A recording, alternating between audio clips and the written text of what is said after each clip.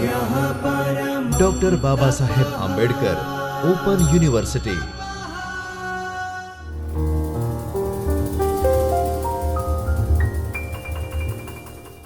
Hello friends, Namaskar. I, Dr. Bhavna Trivedi, an Assistant Professor of English, welcome you all to Dr. Babasaheb Ambedkar Open University video lecture series. In the last session, we discussed Roland Barthes, a renowned French literary critic who is a transitional figure whose works allow us to move from the structuralist theories of Ferdinand de Saussure and Lévi-Strauss to the post-structuralist ideas of Jean Derrida and Michel Foucault. We discussed two important works of Roland Barthes, that is, Mythologies and The Death of Author. We discussed that the myths are not simply stories, but they are very important to reinforce and restore, to preserve the cultural ideologies. And in that particular work, The Death of the Author, we discussed that the autobiographical, details of given in the text, or while reading the text, autobiographical matters are not so relevant to understand or to interpret the text. Today, in this session, we are going to discuss about one of the essays of Roland Barthes, that is From Work to Text, where he discusses the difference between a work and a text. That is your unit number 5 of your paper 308, Study of Essay. The characteristic implication of post-structuralist theories actually is all about the transition from labor to text. And this particular idea not only discussed by Roland Barthes, but we also find the same idea discussed by Julia Kristeva and Jean Derrida. But the best expression is found in this particular essay of Roland Barthes. So the essay actually comes up to clear the concept of what the text is all about and how it differs from a work. Roland Barthes says a text is not a physical object, while work is a concrete object.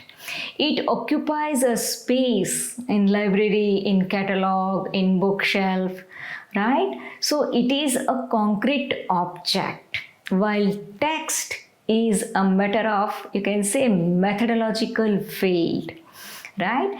Text unveils itself. It articulates itself in opposition to predetermined, notions and we can say standards, right, that generally people carry on. So we can say that text can only be understood by reading. Methodological field or methodology or field actually refers the process of mental activity, right? It's all about a kind of environment in which a specific mental activity takes place. So text actually is a brain area where a specific mental process occurs. Right. So another important point Roland Barthes refers over here is that text and work are not chronological categories. We cannot say that classical books are books and modern novels or kind of things are text. It is not that. There are some ancient text also, and there are some modern works also. So text in that sense is a potential work. Right? Work is tangible because it is a physical object, right? Text lives for a moment, right? While work lives forever, but without any action. So text refers a motion, while work is a concrete object. Right. Another important, point Roland Barthes discusses over here is that, the paradoxical nature of text. right? Doxa is something that is, generally prevailed opinion or belief, generally shared by people. While paradoxical is something that is beyond, general belief. So in that case, text always tends to go beyond what is generally accepted or believed by people. So text in that case transcends the bounds of doxa, right? It is beyond the general things. Text in that case contains the interplay of different signifiers, right? So there could be many interpretations in that case. So text in that sense is a free from center, and here we find the reflection of deconstruction, we can say words used by Derrida, right? The metaphysics of presence and logocentrism and all that is somehow reflected in this particular essay of Roland Barthes, right? Work actually is a product of outside forces, right? Could be tradition, could be race, could be history, right? Say for example, we have a range of Marxist, writers, and so in that case they contain all, these particular works reflect the historical factors established, the parameters of certain works. In that case, we have another example of Russian classics of 19th century, right, which we can say, the embodiment or outcome of all that particular conditions of 19th century, beginning of 20th century, First World War and Second World War, we can see.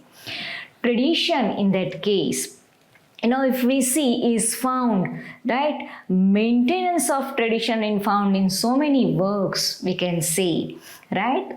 So that we have also, you can say, tradition, we have traditional criticism also in that case, right? Lots of works, right, belonging to that particular genre. Some works starts tradition, some work while carry that particular tradition, some works identify various factors related to tradition, right? So in that case, race, history, tradition, these are the factors generally, while reading a book, considered. Roland Barthes says text is not something which comes up with all such factors, right? Generally, we are inclined to attribute certain things to a work, right, but to particular author, like so and so. If the work is like about so and so things, then it might be of so and so author. So there is a tendency to attribute a work to a certain author. So there is a propensity, natural inclination that seeks to frame everything in terms of the author's experiences and background and viewpoints and beliefs. Again, we have a range of books which we can call biographical school of criticism. Text is read without regard to the author, race, tradition and history. All such factors, Roland Barthes says, do not refer solid foundation for understanding the meaning of the text, right? Text cannot be linked to a single or multiple text as its determined product, right? Here we again, we can relate this particular idea to Julia Kristova's idea of intertextuality, right? There could be so many texts all together at a time, adaptations and repetitions and in so many ways, but it could be only a part of the text, and that could not be a determinant factor to understand the meaning of the text. So the participation of author, Roland Barthes says, as only guest. Whenever we talk about a biographical detail, so author is only a guest, and as one of the text, whatever the details are found is one of the text that will play the role of intertextuality and not as the driving force or a dictating force. work is consumed. We assume that the author is had something to share with us, to contribute in this particular book, while texts are something that devalues the work, right? It replaces kind of work with fun and recreation and action and all such a kind of thing, right? While reading a text, reader involves in manufacturing the meaning, right? Reader is found engaged to make to mean out something from whatever the signifiers available in the text, right? So meaning and relevance, which were thought to be connected to the author, now linked to the reader. Now reader is, what Rolava says is, reader is supposed to evolve, right? In that case, reader is supposed to find out, explore the meaning from given signifiers. So no predetermined meaning, but reader is supposed to read the text to determine the text own meaning, right? Text confirms in that case the plurality of meaning, or the plural characters of meanings, right? Meanings are there, no single meaning, right? No single center, right? Again we find the reflection of center and margin of deconstruction over here, right? Text act as codes that appear and reappear, right, in new combinations, echoing various cultural and psychological and social and economical languages. Text is filled with unacknowledged quotations and citations, and old, new, right, new one, and again, right, combining with new signifiers. So in that case, text makes familiar things unfamiliar. In short, we can say text is linguistic euphoria, where language flows circularly. Language here means signifiers flow circularly instead of framing a hierarchy. Text as a network, and it can be read, remeshed, viewed, and turned any side for the purpose of meaning. Thank you.